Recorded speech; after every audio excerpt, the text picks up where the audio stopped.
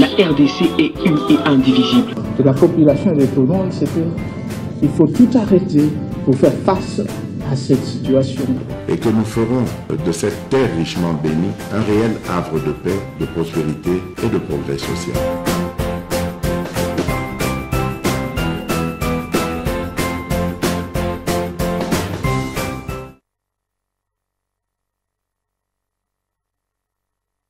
Mutumoko beteli sese tant grandissait azoloba ko kende liboso ezo koko mate. Alors mwana nanga utina classe nda toninga bongo ko zonga sima. Nga nakangami alors bo sunga ngai soki ko kende liboso eza koko mate. Alors ko zonga sima. Nde kokoma. Donc je vais vous donner un conseil, personne a autorisé à briser tes rêves. Oui, il faut avoir des ambitions. Oui, il faut vivre pour atteindre des ambitions. Vivre sans ambition, c'est vivre sans espoir. La vie est vie, et lorsqu'on a des objectifs pour lesquels on vit, sinon pas, on va naviguer à vide, faire des cercles vicieux, pour ne rien faire. Parce que retenez que déjà à 100 ans, quelqu'un à 90 ans, voire même 70 ans, quelqu'un s'affaiblit. Alors vous avez le droit d'aller jusqu'au bout, que personne ne vous dit le contraire. Le premier prophète a dit Ezayomoko. Nous Zolandangabo, Zalane Elikia, Kenyon Soko Banze Kokomelayo. On a la chance c'est tente. Personne ne viendra donner sur un plat. On n'invite personne dans la cour des rois. Dans la cour des rois, on te constate. Battez-vous pour vos ambitions. Allez jusqu'au bout. Très bien.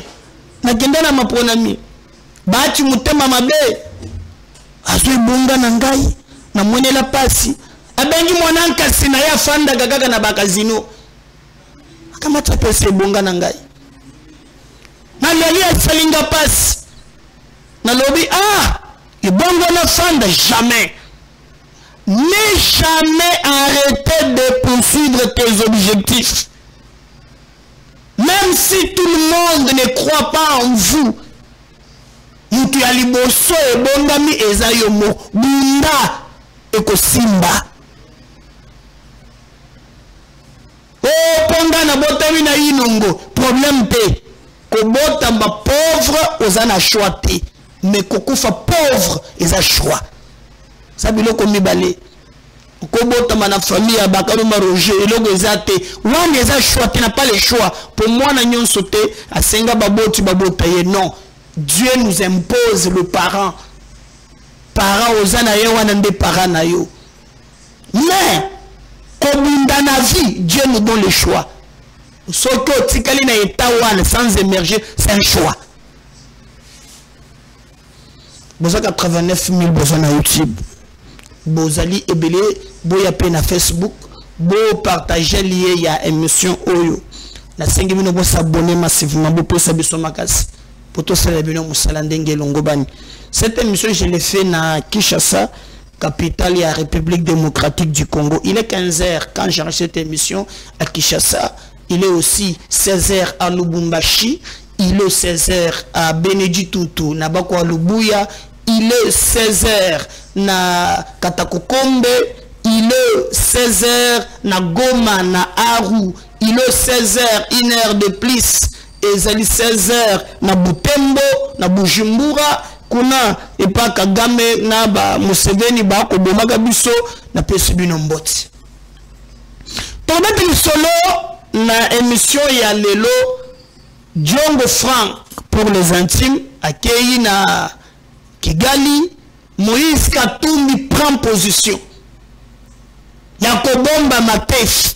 Donc Frank Azana Mboka ya Kigali et là directement parti topé regroupement na ye et position.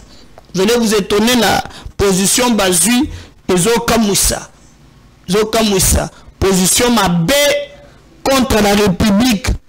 Bao bachaki tembe munoko nganganga. Bo komona nyonso na émission ya mokolo ya lelo. Débat moko eza na Assemblée nationale balobi ke bazo futa parce que ba député bazalaka 500. Tozalaka na 500 députés. O ba futa mak salaire pe ba na 21 000.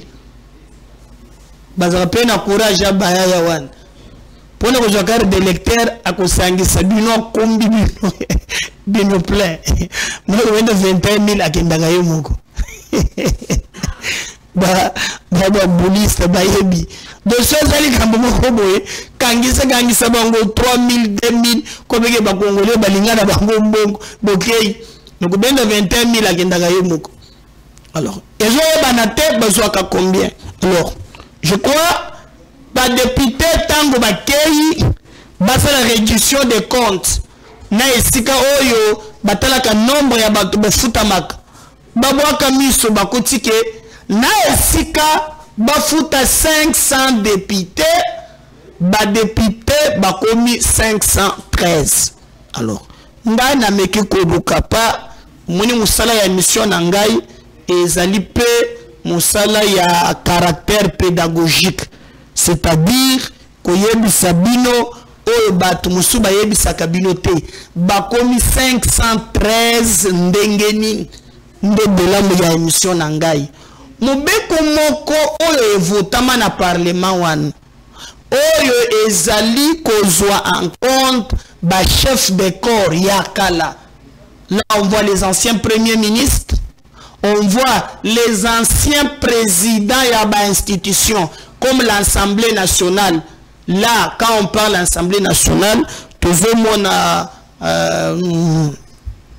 ba président ya kala Vital Kamerhe ya zana na fonction na njimite ka kumicha na ndenge ya kala Mboso pe azala na fonction tena Janine Mabunda azali présidente ya kala institution tozali bazali mais bazu compte ya ba oyo ba exercer na nzela ya élection ba Olivier Kamitoto ba na rébellion hein il est pas dirigé par le Mawan mais ba député to ba président ya ba corps oyo bayana nzela élection bango ti bakokufa bakobanda kozwa kaka mbongo yango esalike na esika ezala 500 bakomi 513 13 ya likolo wana ba chef de corps wana bazofuta mape lokola ba député munde kabila salaka no sénateur à vie.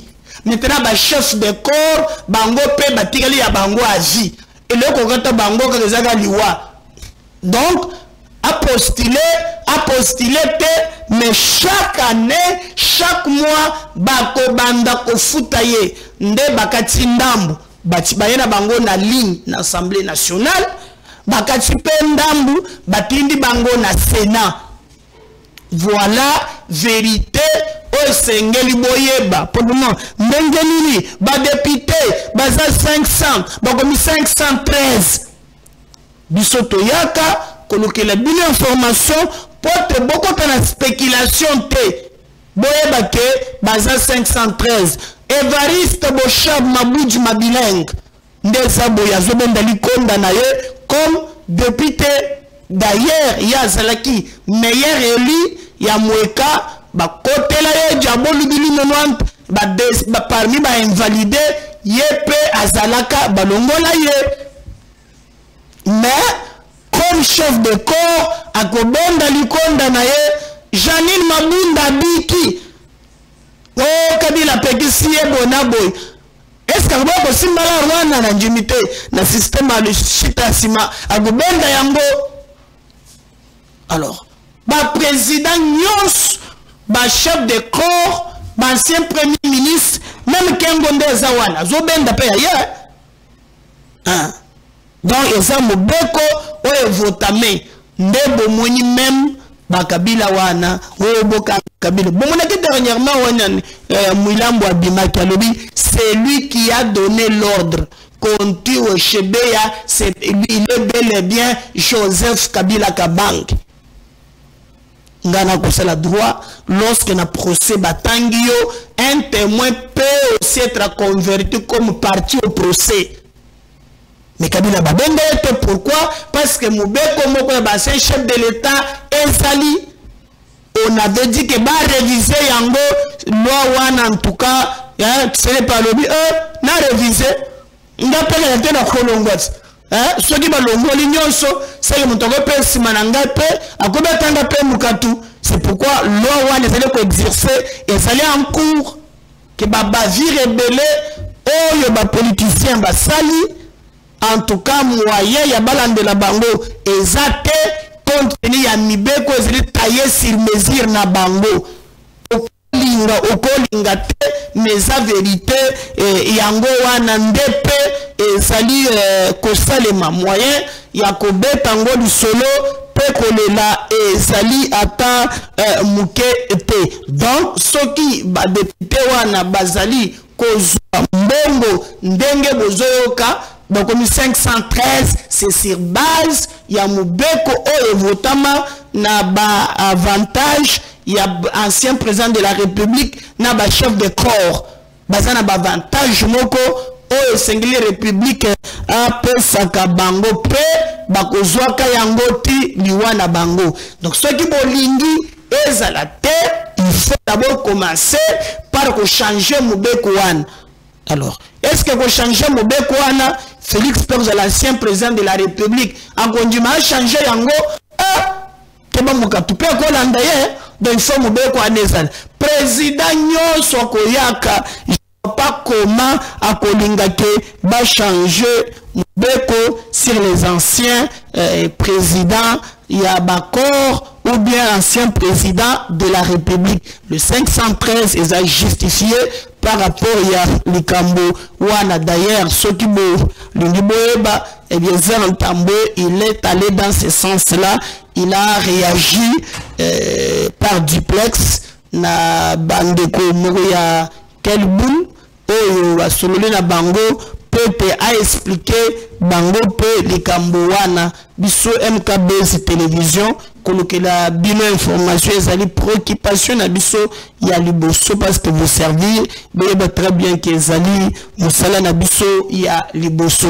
Alors si je parle le même langage beaucoup moins que na koloba ngamo côté mais ce que je dis est que vous allez soutenu par un député national qui nous explique comment Bango Zalaka 500 et que Bakomi Kozambongo 513. TV Radio T, MKBS officiel, vous donnez les informations, restera notre priorité et nous osons croire que quand vous nous suivez, vous partagez les liens et vous vous abonnez aussi en même temps. On suit ça, on revient juste après.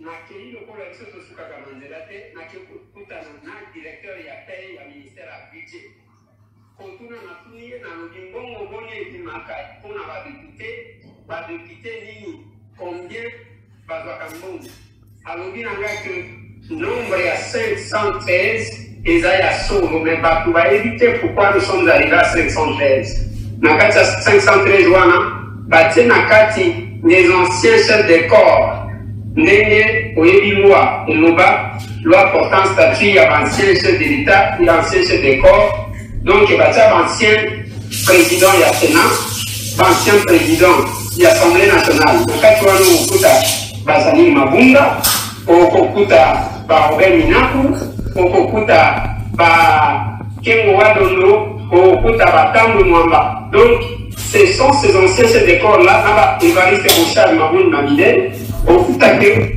bao batie 13 et là ancien chef de corps ne bazali kofutama mbongo oyo ezali kolwa ndeko na ngai etolobaka ngo mikolo nyonso pamba te meme oyo bazofuta bango na kati eza kaka moke par rapport ya oyo bazwaka. Il faut koyeba ke loi portant statut d'ancien chef d'État na bancien chef de corps ezopesa bango makoti koleka oyo wana pamba te mituka bazwaka bapolisier bazalaka nango et puis eza loi bavota mpona kose protéger na koassurer suite na bango moko. Donc, les mais il faut un courage exceptionnel, une volonté politique pour que tout va changer. Voilà. Voilà, j'espère que Bolandi Binomoko Eliezer Ntambwe qui explique cette histoire ezali clair. Bande konangali kambo ke misingai ezali maye oyo toyoki ebimi na monoko ya porte-parole ya Moïse Katumbi. Je pouvais douter sur les alakata au président fédéral. Quand on parle que quelqu'un est porte-parole, il raconte, il fait le compte rendu, il y a Azali ko représenté, Azali ko luba. Nayebi sakabino ke Katumbi a condamné Kigalité pour bazo sala quelque chose ensemble. Et si on déstabilise le Congo, Katumbi motema nezela kana Congo te batumingi bachaka tembe. Frank Diongo a longo na Belgique, a vu avion na ye pour akende. Musée a joué kaka figurant comme preuve. Tango musée a commis, balingi ba contrôler ya boy ba boma musée. Le long des scènes et zolingue salem. Bande konangai a tozo beta lisolo. Frank Diongo akeko zwa mukanda, akeko zwa manduki, akeko sala nyonso. Pote makila ya Congo, ya bana Congo etanga. Mais ya kokamwa ezali réaction na yoki porte-parole ya Katumbi ya lobby. Oliata ya kobombama Kamitatu azu position. Boyoka réponse ya Kamitatu. A lobby o azokamwa. Ye Kamitatu na Katumbi bazo regretter. Balobi oyo Frank Diongo asali eza malamu poye a imite kaka maître na ye Etienne Tshisekedi. Oh, Tshisekedi na ndenge nini bango bazo sala allusion na mayo eleka na 1+4 pour l'histoire. Tango ba belligérant ba se retrouver na Sun City. Il dit que Bako Sakabatu Bemba e Kabila Bayokani Balobi ke Bango Bakosela bloc Bakobwaki Sabatu Mususu Bemba e Kabila Bazu avion Balongo Afrique du Sud Baye Ao. Comme Tshisekedi voulait que accord Ezouama parmi batu mususu o bazalaki na table wana tolaki na Azaria Suruberwa. C'est ce qu'on appelle accord ya cascade. Toye komona Tshisekedi balongwe bakei na Azaria Suruberwa pona ko contraindre Jean-Pierre Bemba et Joseph Kabila bazonga na table ya négociation afin que Ruberwa azonga lisusu na Zambate. C'est ça l'histoire. Mais kokamwa ke Kamitatu aloba sa marché les mots pour ça porte-parole ya Katumbi ono, c'est que Frank asali au maître na ya lobby Kamitatu azobanga tate. Il prend position pour Frank Diongo. Oh, ya ke kozwa mukami ya koboma bande konaye. Yango pouvoir ango bino bosalaka. Soki bande ko bazo pufa, soki bazo tangisa makila boko kamba banani. Normalement la logique. Kala mingi te on a akizé. Katumbi ke azo la piste. Et que na piste wana basola kina Corneille nanga poete bavion et kitaka butu na piste wana baloka ko embraser katang bato bachaki te. Mais oh lelo bazo sala quel courage il y a côté les mains ko ya ko défendre ko défendre mutu oyo azo sala makambo mabe ezoka musangai mutu oyo azali koluka aboma bandeko na ye azala na bénédiction na bino ezoka musangai même ata bolingi Congo te boko s'afficher te na likambo kamitato a Twitter a comité français milai o likambo yo tu wapi qui nous a ensorcelé comment bapaya bazumbo kanabiso bali basili sebiso bazo traité na banguna ya Congo bandeko na ngai baye bachaki tembe na maitolo baki awa boye baki bandeko wana baza banguna ya mboka mutu moko te akosa bino bazo travailler contre le Congo balingi Congo te bali bato mabe eza impossible bato wana tozala na bango awa tofanda ki na bango me makanisi na bango eza hier. Donc ce que nous devons na moya lelo position oyo Katumbi azu na kotinda kamitato fait la tweet et ça livre vraiment haute trahison. C'est la haute trahison. Wabiki masolo zobe bazolo ba ndengeni kaka depuis ba nanga bazui bunagana jamais kaka pona kokoma na Goma bazokoma te bazomona que ça normal c'est qu'il y a quelque chose qui ne marche pas umune na taya Kabila tango bazo sala makambo batu babandaki ko avancer ko zoaka ba mboka Goma dans 2 semaines mais comment ya mbaloyo depuis kaka bazo luka bazo tourner kaka sika moko c'est que yango sur roche bango bazali mécontent bazo dinga kaka likambo wana et salema. Donc ça nous met un peu na confusion par rapport à positionnement il y a ba parti politique na mboka na biso rôle ba komi ko jouer surtout le rôle que joue personnellement Moïse Katumbi pour la République démocratique du Congo est comme très dangereux na position haute moni lelo officiellement Katumbi azuna makambo ya Frank et c'est très grave bande konangai mboka na yo ekotika la mboka na yo ataba lobi keza na condition nini ekotika la mboka na yo ngai na yebisa un exemple moko ngai nazalaki voter massivement, je dis bien voter massivement bata botoli ngai siège akamate apesi ndeko na ye ngai na sala nini na chimba pe manduki oh yazui Congo est plus grand que ba besoin na ngai na vele mikolo zali koya peuple a kovange ngai tukoki kokendaka te kulingaka koboma bandeko na biso à cause ya babiloko moko personnel penza wana eza mabe makasi na mai oyo tomoni na ngambo wana mais Frank aza décidé à l'oublier à kokende ti akoboma congolais nyonso akosilisa bango ya comme président pour bato bayeba ke ana besoin ya pouvoir mais Katumbi pouvait se taire.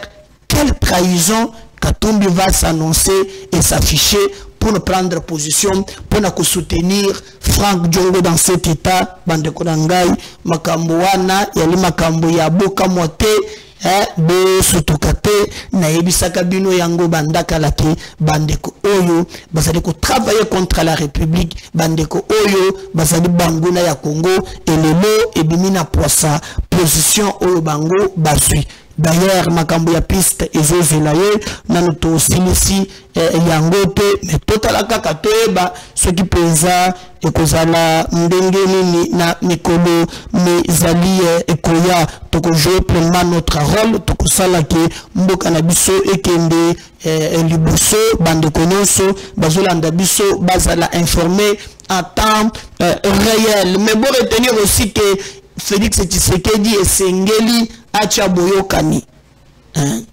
abengi conseil supérieur à magistrature abengi ministre ya justice abengi directeur de cabinet batunaye bafandi na mesa po bacha au clair maye matali justice po etikali kaka ekende na makofi basoyokana te basusu bolobi mosusu mutamba lobi ndenge mosusu. Alors Fachi abengi bango lobi basali réunion interinstitutionnelle.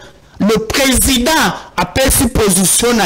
D'ailleurs, dans la réunion, Constant Mutamba lobi, président a eu position à l'ingé justice malade à la soigner. Pour semaine lesquelles je vais vous faire revivre, semaine lesquelles, ils ont dit ça. Par exemple, comment magistrat azoboa ke la ba mikolo azoboa ke la mutamba libanga na maloba na yo je obenge na bana mike ba jeton boyo jeton par exemple de le mutamba ici on va revenir juste après. Permettez-moi à présent, avant de clore mon propos, de survoler un petit aspect de la problématique de l'atteinte au principe constitutionnel de la présomption d'innocence à l'ère de nouvelles technologies de l'information et de la communication, où le tribunal du net fonctionne en plein régime, car il suffit d'être soupçonné d'un quelconque fait apparemment répréhensible pour déjà être condamné par la voie des réseaux sociaux en violation de tous les droits de la défense, comme l'a dit le procureur général tout à l'heure. Pareille dérive étant un déni de démocratie et de droits garantis à chaque citoyen. Puis-je noter à ce stade que les magistrats que nous sommes avons également besoin d'être couverts par cette présomption d'innocence par rapport au discours populiste qui nous vilipendent à la longueur des journées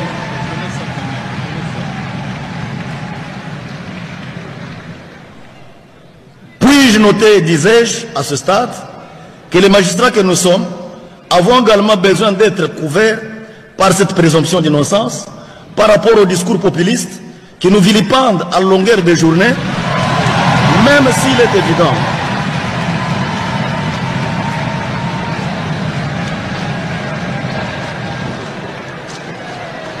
est évident que dans nos rangs, il y a certainement des antivaleurs. Les membres de nos familles, surtout nos enfants, ceux dont les parents sont honnêtes et justes, traînent la honte d'être pointés de doigts ou de lèvres comme descendants des antivaleurs, alors que nous luttons avec eux pour accompagner votre haute autorité dans la lutte contre cette peste de corruption. Excellence, Monsieur le Président de la République, chef de l'État et magistrat suprême, avec l'expression réitérée de mes hommages les plus déférents.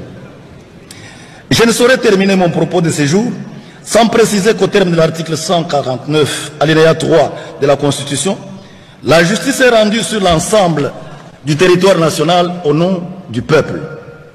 Ainsi, comme je l'ai annoncé en liminaire, la présente audience s'offre comme un cadre légal de rendre compte de quelques activités déployées au cours de l'exercice 2023-2024.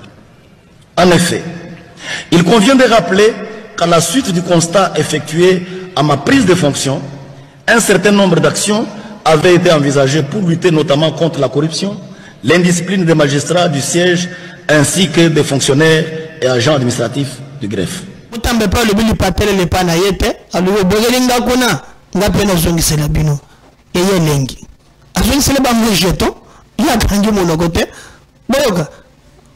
La justice ne veut pas dire magistrature. C'est la confusion qu'on a entretenue pendant des années. Tous ceux qui crient au populisme, au discours populiste, mais ne disent pas quelle est la loi que le ministre a violée. Parce que nous faisons tout conformément à la loi.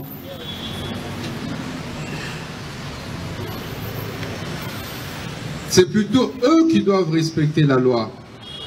Parce que nul n'est au-dessus de la loi. Le régime des plus forts, je vous le dis, est dépassé. On a le choix. Soit de rester dans les statu quo, soit de changer le pays. Nous avons le choix.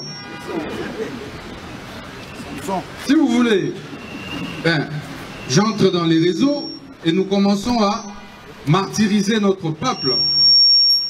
Et nous tous, nous tapons des millions comme d'habitude, des maisons ici et là et tout quoi. Je ne sais pas. Lorsqu'ils se réunissent, tous ces réseaux mafieux, ils auraient dû avoir honte d'eux. Honte parce qu'ils ont affaire à un jeune qui pouvait aimer autant la vie qu'eux. Ah oui, c'est fort. Honte parce qu'ils ont affaire à un jeune qui a encore du sang chaud, qui devait plus verser dans les antivaleurs qu'eux. Et lorsque c'est un jeune qui doit commencer à leur administrer des leçons de la moralité, il y a un problème. De l'éthique, il y a un problème.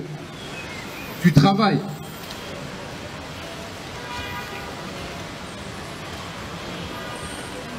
Tenez. Tant que le magistrat suprême ne me donnera pas des instructions contraires, je n'ai rien. Vous avez compris? Non, oui, non. C'est tant que le magistrat suprême ne va pas me donner des instructions contraires, je ne vais pas reculer. Avant d'être ministre, j'étais avocat. Certains d'entre vous me connaissent. Donc, je ne suis pas venu de Sorbonne, moi. Je ne suis pas venu de Harvard. Je suis venu d'une université locale. Et j'ai travaillé comme avocat. Donc, Toye Bani.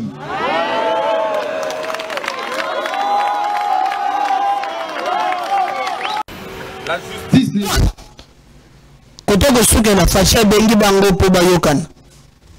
Tokoto le nekole kapre. Merci de s'abonner, de y appeler na Facebook pour vous s'abonner. Bye.